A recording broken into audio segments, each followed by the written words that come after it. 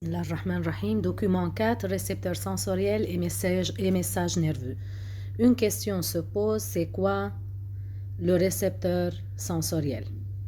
Le récepteur sensoriel, comme le nom l'indique, récepteur, c'est-à-dire recevoir, qui reçoit les sensations. Donc c'est une structure qui reçoit les sensations. Et message nerveux, cette structure va recevoir la sensation et la transformer en message nerveux. Donc, voici pourquoi on va étudier le récepteur sensoriel. Commençons alors. Maintenant, les différents types de récepteurs. Comme montre ce document, ce tableau, il nous présente qu'il y en a des stimuli divers. Regardez, il y a plusieurs types de stimulus avec plusieurs types de récepteurs. Chaque récepteur est sensible à certains stimulus. Pour cela, on dit que les récepteurs sont spécifiques. Voyez? Où se trouvent ces récepteurs-là? Ils se trouvent à l'intérieur d'organes sensoriels. Bon, lorsque vous étiez en petit jardin, vous avez retenu que nous avons 5 organes de sens, n'est-ce pas? Lesquels? Yeux, langue, peau, nez et oreille, n'est-ce pas? Voilà le nez. Encore les oreilles. Ce sont les organes de sens. En plus, on trouve des organes qui contiennent des récepteurs et qui se trouvent dans tout le corps, par exemple les muscles et les vaisseaux sanguins, qui émettent des sensations donnant des informations sur le milieu interne. Alors, ces organes sensoriels présentent ce qu'on appelle les récepteurs et ces récepteurs réagissent à des stimuli externes. Ceux qui réagissent au contact, à la pression, à l'étirement sont appelés par exemple mécanocepteurs. Les récepteurs qui sont sensibles à la variation de température lorsque vous touchez à quelque chose chaude ou bien très froide, ce sont des thermocepteurs. À la lumière, exactement, ils se trouvent dans les yeux. Ils sont appelés photorécepteurs. Maintenant, nous sentons encore la douleur parfois. Lorsque je touche à quelque chose très... même à la température, je sens une sensation douloureuse. On appelle les récepteurs qui reçoivent les messages de douleur, on les appelle nocicepteurs. Parfois encore des molécules transportées comme les chémorécepteurs qui se trouvent au niveau de la langue ou bien au niveau du nez. Vous sentez par la langue plusieurs goûts, amers, sucrés, ainsi de suite. Et par le nez encore, vous sentez plusieurs odeurs, des odeurs de mauvaises odeurs ou bien des odeurs agréables, ainsi de suite.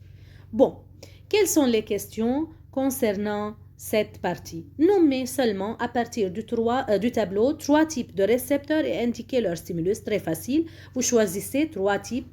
Par exemple, je choisis les mécanocepteurs et je dis que leur stimulus c'est le contact, par exemple, la pression. Je choisis par exemple les photorécepteurs et je dis le stimulus c'est la lumière, les nocicepteurs et je dis le stimulus c'est la sensation douloureuse. Voilà. Passons maintenant au slide suivant. Du récepteur sensoriel au potentiel d'action. Avant tout, qu'est-ce qu'on va faire? On va lire ce petit paragraphe. La fonction des récepteurs consiste à convertir l'énergie variée des stimuli en énergie électrochimique. Donc, regardez bien, qu'est-ce qu'on a dit ici? La fonction des récepteurs, c'est-à-dire quel rôle vont-ils jouer, il consiste à convertir l'énergie. Donc, on va transformer l'énergie qui vient des stimuli en énergie électrochimique ou bien en potentiel d'action, n'est-ce pas? Bon, et à le faire transmettre au centre nerveux. C'est très intéressant ça. Donc, du récepteur. La première question, c'est quel est le rôle d'un récepteur? Un récepteur doit alors convertir l'énergie variée des stimuli en énergie électrochimique. Et que veut dire récepteur? tactile. Où se trouve récepteur tactile? Regardez dans ce paragraphe en jaune. Les corpuscules de Pacini ou bien de Pacini sont des récepteurs tactiles. Ces récepteurs tactiles sensibles aux variations de pression. Que veut dire le mot tactile? C'est un adjectif qui revient à la peau. Lorsque je dis tactile, c'est-à-dire qui se trouve dans la peau. Sensible aux variations de pression. Donc, lorsque je fais une pression sur la peau, ce corpuscule de Pacini va donner des potentiels d'action, va transformer l'énergie de pression en énergie électrochimique et en potentiel d'action. Bon, chaque corpuscule comporte une terminaison nerveuse sensitive entourée d'une capsule formée de lamelles concentriques de tissu conjonctif. La fibre nerveuse reliant ce corpuscule, alors,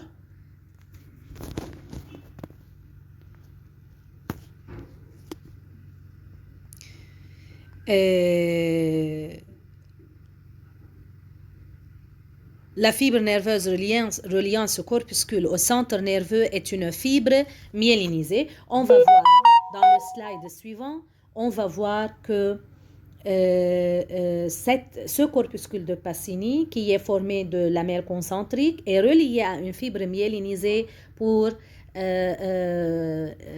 y transmettre des messages nerveux. Que veut dire récepteur tactile? Alors, récepteur tactile est un récepteur qui se trouve dans la peau.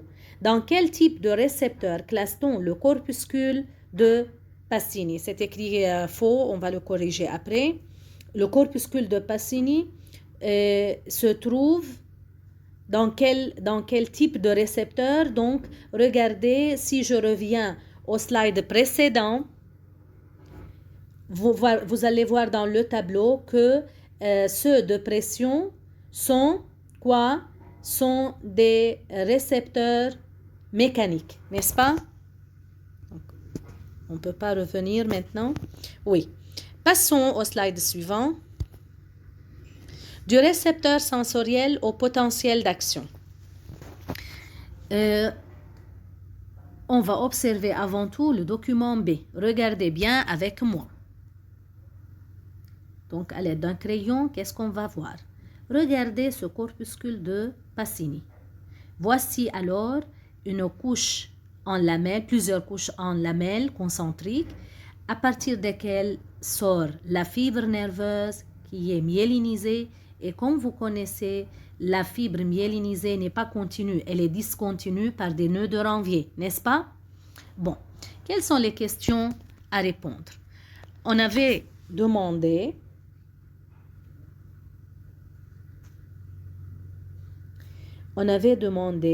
à la première question, indiquer à qui revient chaque paramètre mesuré ou bien enregistré. On va voir dans ce document qu'est-ce qu'on va mesurer ici. En haut, ici là, en haut, le premier représente le stimulus. Regardez, il est relié à cette lamelle avec laquelle on va donner la pression sur le corpuscule de Pacini. يعني بنضغط فيها على الكوربسكول دو باتشيني مثل المعلقه اللي بيحطها الحكيم على السنين على اللسان عفوا. الحكيم بس بده يشوف الزلاعيم بيحط لنا معلقه وبيكبس لنا لساننا. هل ستيمولوس هذا عباره عن لام بتقدروا تكبسوا فيها على الكوربسكول دو باسيني. ولاحظوا انه عم نقيس الستيمولوس بس يعني قوة البريسيون يلي بدنا نحطها على corpuscule de Pacini. Maintenant, qu'est-ce qu'on a en rouge ici? On mesure quoi? On mesure le potentiel du récepteur lui-même. Il est relié à qui? Regardez, il est relié au corpuscule de Pacini qui est le récepteur tactile. Bon, troisièmement, en vert, ici, qu'est-ce qu'on a ici? On dit on va mesurer le potentiel générateur. هيك اسمه potentiel générateur يلي هو أول نقطة بده ينطلق منها المساج بعد ما يكون طلع من هالكوربسكول دو باسيني. بعد ما يطلع من الريسبتور رح ينطلق من هالنقطة. هالنقطة هون البوتنسيال يلي بشوفوا فيها بيكون اسمه potentiel générateur. D'accord? Et enfin, on va mesurer quoi en bleu? Regardez en bleu, on va mesurer le potentiel d'action. وين موصول بالضبط؟ موصول على الفيبر نيرفوز. بعدنا شوي واخدناه على محل بقلب الفيبر نيرفوز لنشوف البوتنسيال يلي بدهم يجوا بعد ما نعمل ستيمولاسيون لمين؟ للكوربسكول دو باسيني عبر هذا الستيمولاتور. هذا ستيمولاتور ميكانيك يلي بيعمل بريسيون. داكور؟ بون الأسئلة كانوا indiquer à qui revient chaque paramètre mesuré. عددناهم. عندي ستيمولوس، عندي البوتنسيال ريسبتور دو ريسبتور، البوتنسيال جينيراتور، وعندي البوتنسيال داكسيون. هون اللي بدنا نحن نقيسهم. داكور؟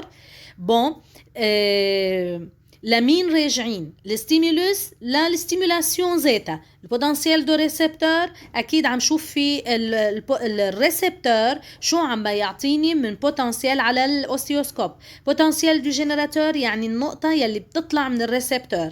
البوتنسيال داكسيون يعني يلي بشوفها بقيسها على الفيبر نيرفوز، شو في عندي ميساج نيرفو عم يتكون. Comment varie chacun des enregistrements؟ نطلع بالفيجور. بالنسبة للستيمولاسيون هي منا enregistrement يمكن منا ريزولتا، هي السبب. فبالنسبة للستيمولوس لاحظوا كيف انه كونستان كل الوقت. الستيمولوس نحن عاطين ستيمولاسيون بانتنسيتي كونستانت. بالنسبة للبوتنسيال دو ريسبتور واضح جدا انه البوتنسيال دو ريسبتور ببلش عالي وبينزل شوي شوي ليرجع يختفي بالاخير. بالنسبة للبوتنسيال جينيراتور كل شيء في عندي بوتنسيال دو ريسبتور بشوف في دي بوتنسيال عم يتكونوا هون وبيشبهوا كتير البوتنسيال داكسيون. أما بالنسبة للبوتنسيال داكسيون فمثل العادة وبيي à la loi du tout ou rien je trouve plusieurs potentiels qui ont toutes la même amplitude. ما هيك؟ فوالا. فإذن هون عندي ريبونس توجور d'amplitude maximale. نفس الشيء بالبوتنسيال جينيراتور. أما بالبوتنسيال دو ريسبتور لا، شفتها بتكبر وبعدين بترجع بتنوس مع الوقت قبل ما تختفي. الستيمولاسيون نحن اللي عم نحطها للستيمولاسيون فهي كونستانت، استعملناها كل الوقت لنشوف كيف تغيير تأثيرها على كل هولي الأجزاء يلي عم ندرسهم. Comment varie analyser le document C maintenant pour indiquer le mode de codage du message nerveux dans une fibre nerveuse. بدهم منا نعمل analyse للدوكيومون C. Regardez شو في عندي بالدوكيومون C. بركي بنقدر نكبره قصة شوي. الدوكيومون C présente 3 figures. ما هيك؟ في عندي 3 types d'enregistrement. من فوق أول وحدة عم نقيس فيها البريسيون، وبس قول البريسيون وانا عم بحكي على الكوربسكول دو باسيني معناتها عم قيس ستيمولاسيون، لانه الكوربسكول دو باسيني بيحس على البريسيون، فانا عم بيجي اعطي بريسيون يعني عم بعمل له ستيمولاسيون. تاني واحد عم يعطيني الديفيرنس دو بوتنسيال، بس وين؟ واضح من شكله انه عم يعطيني اياها بالريسبتور نفسه. اخر فيجور عم يعطيني ريبونسات. بدنا نلاحظ ملاحظة مهمة هون، بدنا نشوف انه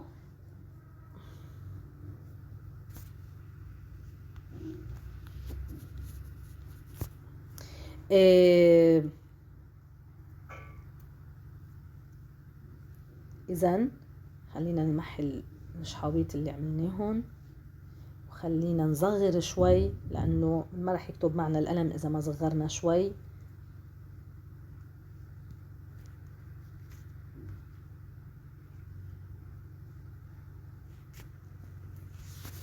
بون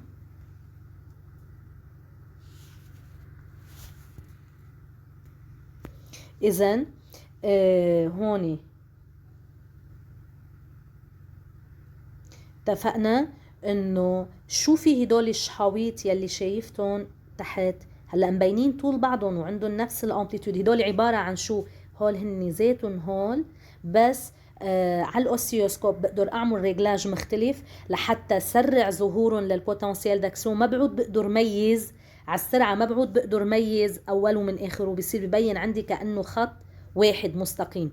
اذا نفس البوتنسيال داكسيون إذا بشتغل شوي على الريجلاج تاع الأوسيوسكوب رح يبين عبارة عن خط عنده امبليتود بتساوي الامبليتود لهذا البوتنسيال داكسيون. إذا ما نستغرب الصورة اللي شفناها تحت، هذه الصورة هي ذاتها مثل هاي الصورة. طيب هلا خلينا نشوف لما كانت عندي البريسيون أقل شيء ممكن حسب الفيجور هون يلي هي تقريبا 1. البوتنسيال دو ريسبتور موجود بس ما عم يعطيني ولا بوتنسيال داكسيون. شو معنات هالحديث؟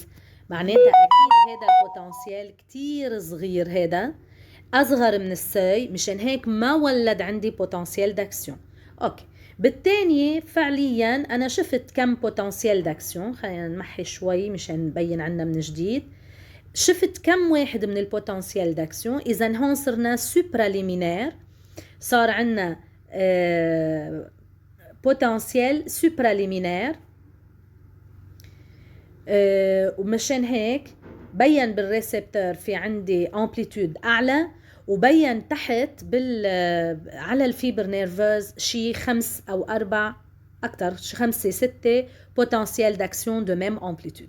جيت انا بثالث صوره عليت البريسيون اكثر واكثر، ليه وصلناها على درجه عاليه كتير لفوق.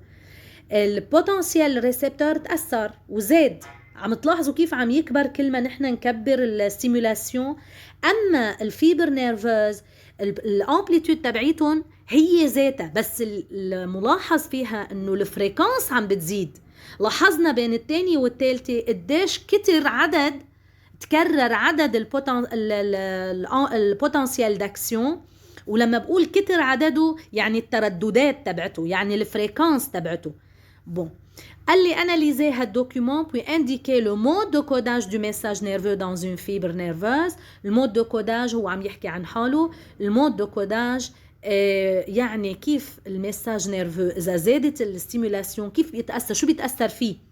بس تزيد الستيمولاسيون بالفيبر نيرفوز اللي بيتاثر هو الفريكانس للبوتنسيال داكسيون. اذا لو مود دو كوداج دو ميساج نيرفو مثل ما عرفنا من قبل وهلا عم ناكد عليها سو في بار فريكانس، لانه الامبليتود ريست كونستانت على طول. بون maintenant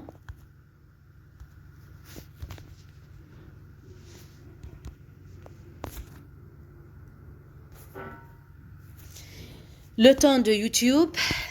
شو هو هيدا اليوتيوب؟ خلينا نشوف. Le sensoriel est formé de 3 parties, le site transducteur, le site générateur et la fibre nerveuse terminale.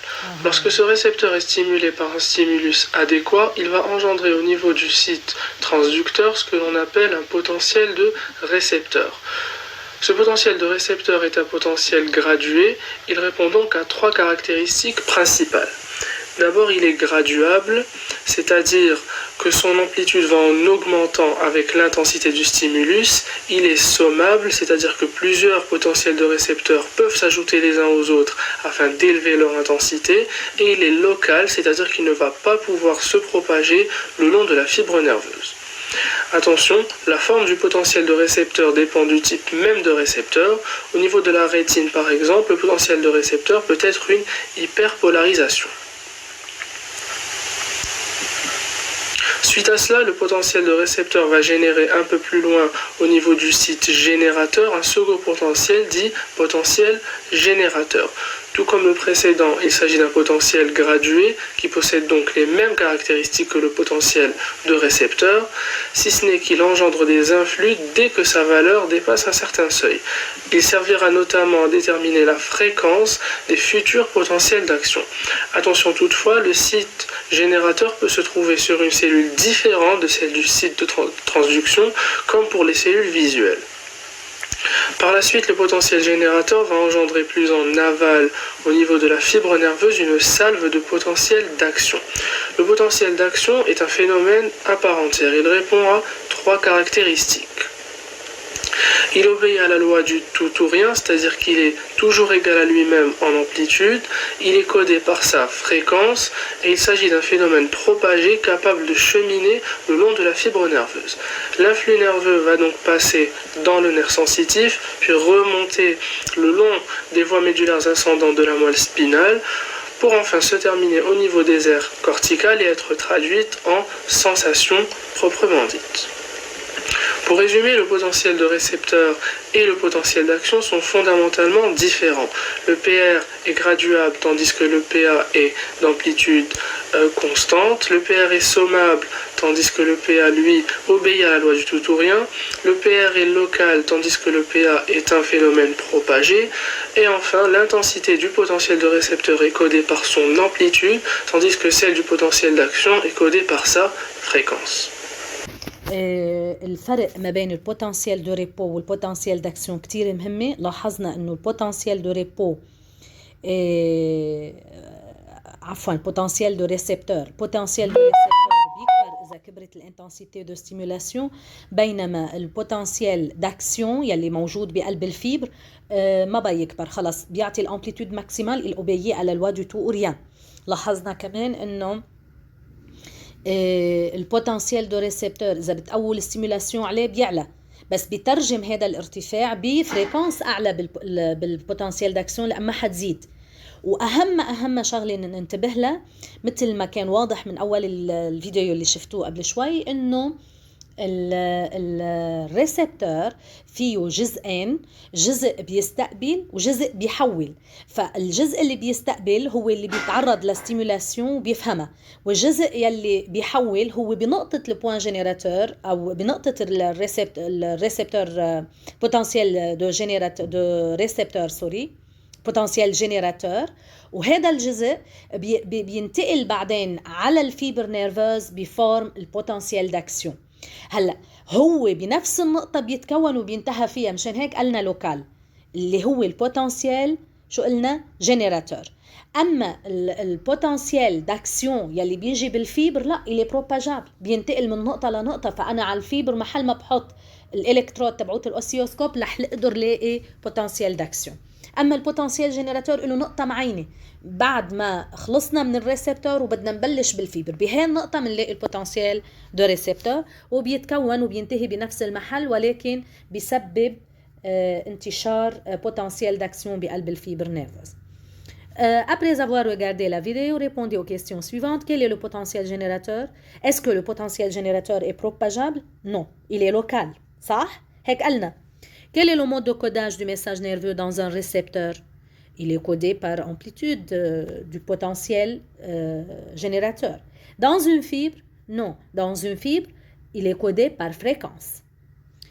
Encore, si vous voulez avoir plus d'informations avec M. وائل شلا، السنة الماضية كان في عنا على التيلي ليبان عم يطلع برنامج تعليمي، فهذا اليوتيوب بيشرح درس البوتنسيال دو ريسبتور للي بيحب ياخد معلومات أكتر، تقدروا تشوفوه وتحضروا.